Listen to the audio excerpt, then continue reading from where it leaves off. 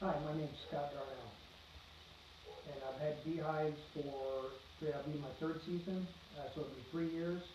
And I just did a split on a beehive last night. Um, a split means you take one beehive and you take some bees out and you take the queen out and you make another hive because when you do a split it's because the original hive has grown too big and you have queen cells in there, so they're trying to reproduce another queen to split the hive to make multiple different queen cells Okay, or bee so cells. I'm here today to ask you some questions. If you can give your feedback to them, that'd be great. As much detail as you want, less detail you want, either one is fine. So the first question is, what did you want to start having bees? My neighbor got me into bees. Um, my neighbor lives across the street. He's got 7 hives, and I see him over there checking them every couple of weeks or every week. And I always go over there and I kind of stand back and watch him do it. And I thought, what, that'd be kind of fun. And then there's so much of a honeybee shortage in the United States, well, across the world actually.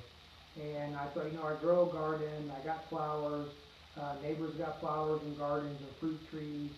And I thought, a bee will pollinate and you'll produce more fruit, you'll produce more stuff in the garden.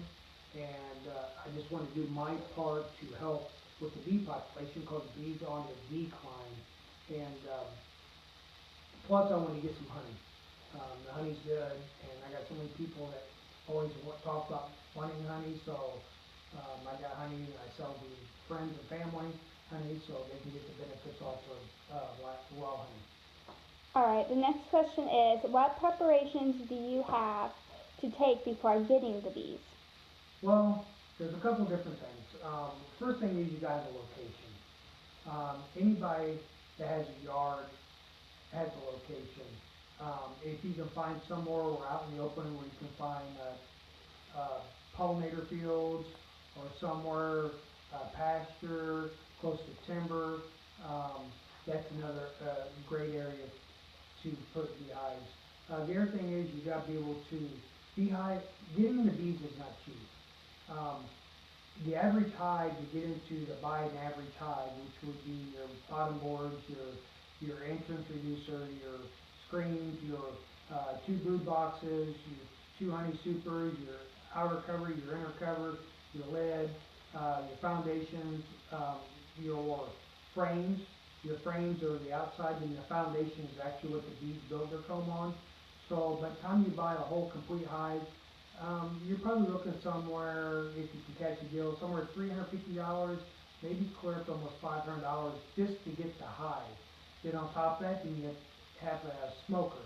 A smoker is something that produces smoke that you use when you check your hives to help calm your bees.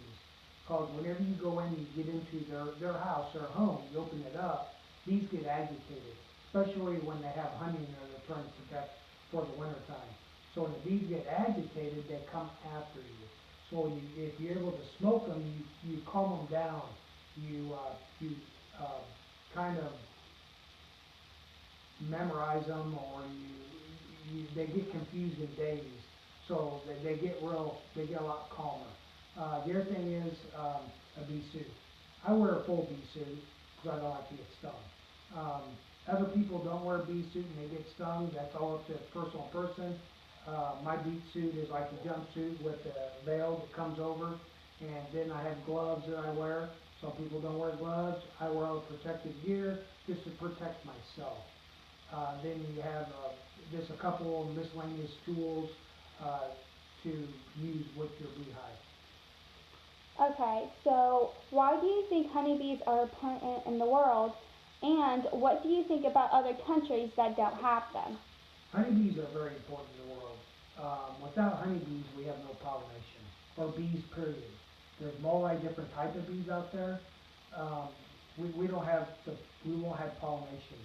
Um, in other countries in the world, um, they've used so much herbicide and pesticide that they have killed off of their bees, and now they got to go in and actually hand pollinate all their, say, orchards, which would be anything that produces fruit or nuts or whatever it would be.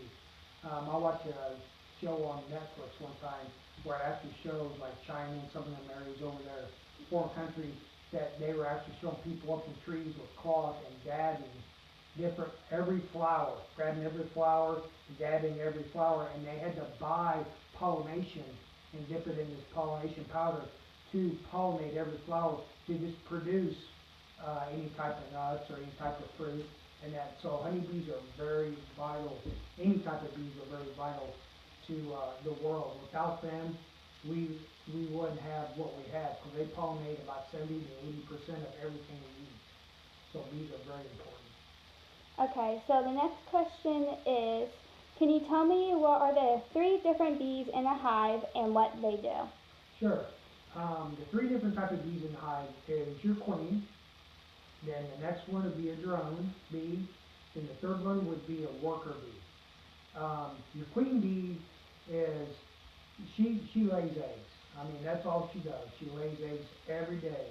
Depending on the time of year, it's depending on what the climate is or what's going on. If it's spring, summer, or fall, even winter, determines how many eggs she lays a day. When I say an egg looks like a very real small piece of rice. I mean, like super small, And that queen can lay anywhere up to, some queens I've heard have laid up to 3,000 eggs a day. An average bee will lay 1,500, 2,000. If you got a bee that's not a very good layer, she won't lay 500 eggs a day. And you're thinking, man, that's a lot of eggs, why so many? Because you have to keep reproducing your bees all the time. Then your drone bee is really what we call a useless bee, to a point. Your drone bee is the male bee. The male bee, it does 2 things in life. The male bee mates with the queen, and when a drone bee mates with the queen, that drone bee dies. It dies during the mating. And then the drone bee will feed the queen.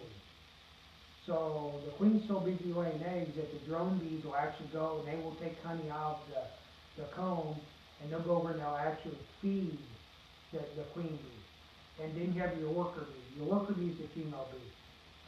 The worker bee does all the work. They do everything. They go out and they get pollen, they go out and they get nectar, they produce the honey, and they defend the hive.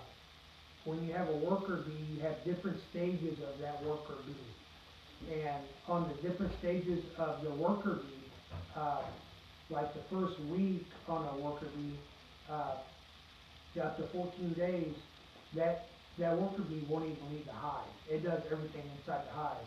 And then as that worker bee comes out of a 14-day thing, it'll start doing circles around the outside the hive. What they're doing is they're trying to find a home range. It's like a navigation. So they know how to get back to their hive. And then once they do that, then they go out, after they do that for a few days, 3-4 days, then they go out and they start producing, going out finding pollen and everything to produce pollen and nectar and honey. And the queen, or the worker bee, is the only one that stings. The worker bee, what it does, it protects the hive. So if you get stung by a bee, it's a female bee that stings you. Not a drone, because drones do not have stingers at all. You can put a drone, a male bee in your hand, and it will not sting you. The queen will not sting you. It does have a stinger, but it will not sting you. Alright, so the last question that we will have is, if you get stung by one bee, will more bees come? Yes. If you get stung by one bee, usually you always hear people saying, I got stung 3 or 4 or 5 or 6 times. What happens is when a worker bee stings you, it produces a pheromone in the air. What it does, it attracts other worker bees, which would be the female bees, and they're your guard bees that guard the hive. The worker bees, or some worker bees, all they do is they guard the entrance to the hive. So every bee that comes in and out, them female worker guard bees, it's almost kind of like, okay, yep, Tom's coming in, yep, Jerry's coming in. Yep, Susie's coming in. Up, Tom just left the hive, so they know what comes in and out, and they know if a foreign bee tries to come into the hive, they will defend their hive, and that foreign bee will not come into that hive, because they'll defend that hive and keep that foreign bee out. They call them robbers. Other bees will come in and try to rob another hive for honey or whatever it would be.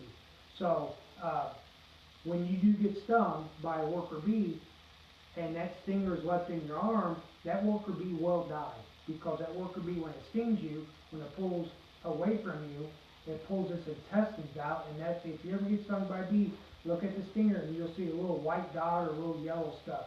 That's actually the bee's intestines that get pulled out. And when they do that, the bee basically dies.